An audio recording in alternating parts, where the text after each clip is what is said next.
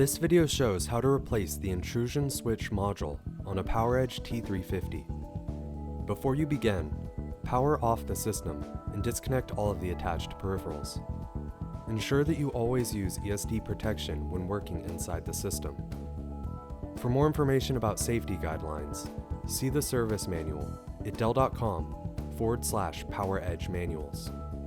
To begin, first remove the system cover. To do this, rotate the lock on the top of the system cover to the unlock position. Lift the latch to disengage the cover from the system, then lift the system cover off. Then, by holding the air shroud, lift the air shroud out of the system.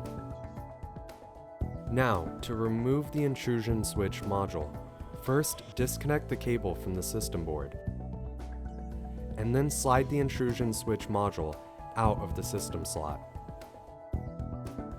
To replace the intrusion switch module, align and slide the intrusion switch module into the slot on the system until it is firmly seated. Now, connect the cable to the system board.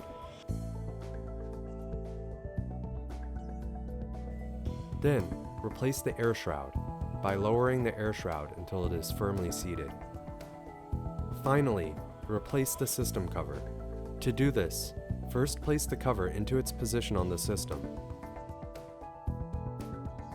Lower the latch to engage the cover into the system. Then rotate the lock on top of the system cover to the lock position. You have replaced the intrusion switch module on a PowerEdge T350.